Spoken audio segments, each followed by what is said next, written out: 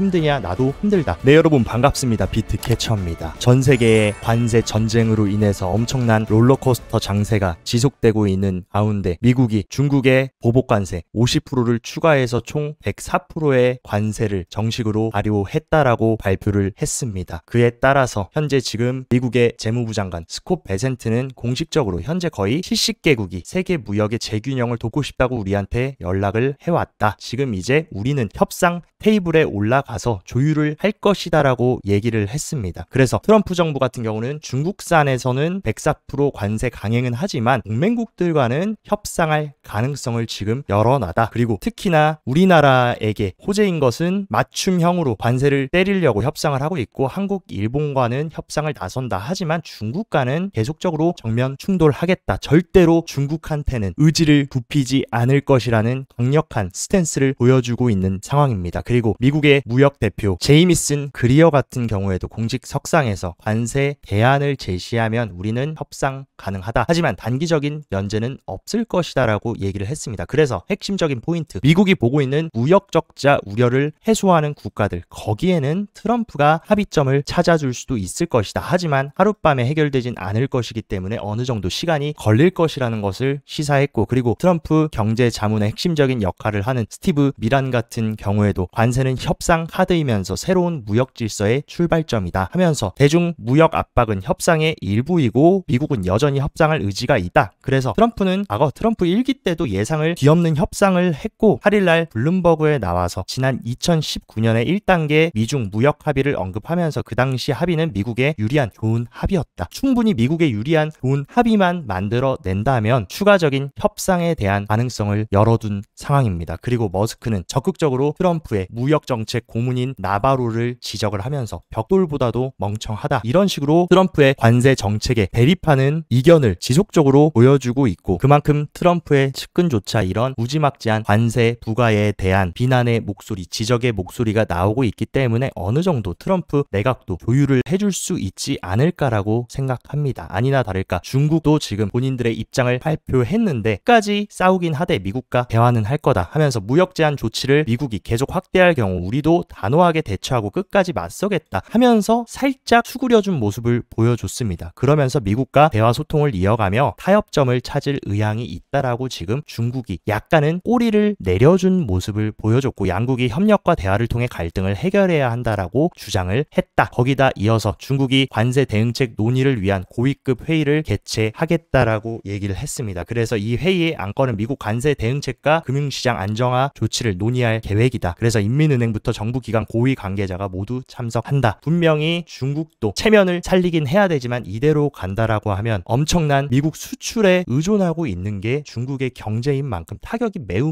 클 수밖에 없다. 그렇기 때문에 최대한 협의점을 찾아가려는 노력을 보여주고 있습니다. 그리고 무역전쟁이 장기화되고 이런 대립이 심화되면 중국이 오히려 더욱더 큰 손해를 볼 수밖에 없다라는 지금 의견들이 나오고 있고 마틴 캐피탈의 CEO 로드 마틴 같은 경우도 숫자는 거짓말을 하지 않는다. 중국의 대미 무역 흑자는 3천억 달러. 그렇기 때문에 높은 관세는 우리 미국보다 중국에게 훨씬 더 큰 타격을 준다. 실제로 보시면 우측이 지금 미국이 중국으로부터 수출하는 금액 그리고 좌측이 수입하는 금액입니다. 딱 보시더라도 미국은 어마어마하게 많은 중국산 물품을 수입하고 있고 그러한 수입으로 인해서 중국이 엄청난 무역 흑자를 버는데 여기서 관세를 100% 때려 맞는다. 중국이 더 큰 타격을 받을 수밖에 없다라고 얘기를 해주고 있고 실리콘밸리의 저명한 벤처 투자가이자 기업가인 차마스 같은 경우도 미국도 물론 많은 문제 안고 있지만 중국이 오히려 더 심각하다. 왜냐하면 중국은 지금 엄청난 느린 성장, 디플레이션 위기에 빠져 있고 외국인의 중국 투자 수혜국으로서 매력이 점점 떨어지고 있고 특히나 노인이 너무 많고 인구학적 문제까지 안고 있다. 그래서 중국은 적극적인 미국으로 수출이 필요한데 그것이 지금 단절된다라고 하면은 누가 먼저 눈을 깜빡이는지 중국이 먼저 백기를 들 수밖에 없다라고 얘기를 해주고 있습니다. 물론 반대의 의견을 피력하는 사람도 있다. 대표적인 크립토 회의론자인 피터 시프 같은 경우는 미중 무역 전쟁에서 중국의 우위가 점쳐진다. 왜냐하면 여러분들도 아시겠지만 중국이 미국 국채의 최대 공급국입니다. 근데 지금 중국이 가지고 있는 미국 국채를 대규모로 시장에 던져버리면 국채 가격과 금리는 반대로 움직인다. 미국채 금리가 어마어마하게 치솟으면서 굉장히 큰 위기로 번질 수가 있기 때문에 어쨌든 결론 둘 다 서로서로 좋지 않은 것이 이번 관세 전쟁이라는 거. 그렇기 때문에 때문에 최대한 빠른 타결점이 찾는 것이 중요한데 그 타결점을 중재해줄 사람은 지금 연준이다. 근데 현재 연준의 입장 뭡니까? 힘드냐? 나도 힘들다. 관세에 대해서 지난 FOMC에서 경고했다. 트럼프 너 때문에 금리 인하 생각은 하는데 물가 때문에 어렵고 그러니까 왜 시장을 이 지경으로 만들었냐 하면서 금리 인하에 대해서 중립적인 입장을 표명했지만 지금 시장의 분위기가 심상치 않습니다. 대표적인 금리의 바로미터라고 볼 수 있는 10년물 국채 금리가 어마어마하게 치솟으면서 무려 장중에는 4.5%까지 치솟았다. 그 얘기는 어마어마하게 지금 미국채가 매도되고 있다라는 뜻으로 해석되고 있고 더 긴 장기 국채인 30년물은 심지어 장중에 5%까지 치솟는 어마어마한 미국채 금리가 상승됐다. 이런 식으로 미국채 금리가 급격하게 상승된 요인은 뭐냐? 기존 미국 대형 기관들과 헤지 펀드들이 미국채를 가지고 베이시스 트레이드를 했습니다. 근데 어마어마한 이런 국채 금리의 변동성으로 인해서 마진콜이 발생하면서 미국채가 어마어마하게 과매도 됐고 그에 따라서 장기 국채 금리가 치솟았다. 근데 과거에도 베이시스 트레이드를 하는 헤지 펀드들이 위험에 처하면 연준이 나서서 포지션을 그대로 받아라. 위기를 막기 위해서 연준이 나서야 된다라고 과거에도 여러 기사들이 나왔다. 즉 이제부터는 연준이 나서야 될 수도 있다라는 얘기가 나오고 있고 채권 변동성 지수인 무브 인덱스 같은 경우도 굉장히 높게 치솟으면서 보통 이런 식으로 무브 인덱스가 치솟았을 때는 연준이 역사적으로 개입한 적이 많았다. 그래서 아서 헤이주 또한 이제 무브 지수까지 치솟으면서 채권의 변동성이 높아졌기 때문에 연준이 개입하는 청신호가 켜질 수 있다라고 얘기를 해주고 있습니다. 그리고 유럽 중앙은행 같은 경우도 금리 안 내리면 재앙이다. 금리 인하 서두를 수도 있다라고 하면서 오는 17일 회의 때 기준금리까지 0.25% 내릴 확률이 90%로 보도된다라고 얘기를 하고 있고 일본 또한 지금 수요일날 긴급 회의를 잡으면서 미국의 재무성부터 일본 금융청 그리고 일본 중앙은행의 고위급 관부들이 모여서 지금 이러한 관세에 대한 타결점을 찾으려고 합니다. 결국 아서헤이즈는 이를 통해서 전 세계가 돈찍기 흐름으로 들어갈 것이고 연준까지 개입하면서 시장을 회복시켜줄 수도 있다라는 주장을 하고 있다. 그렇기 때문에 당분간은 미국과 중국의 타결점 그리고 연준이 어떻게 개입할 것인지가 굉장히 중요한 단기적인 시장 방향성을 결정지을 것으로 판단됩니다.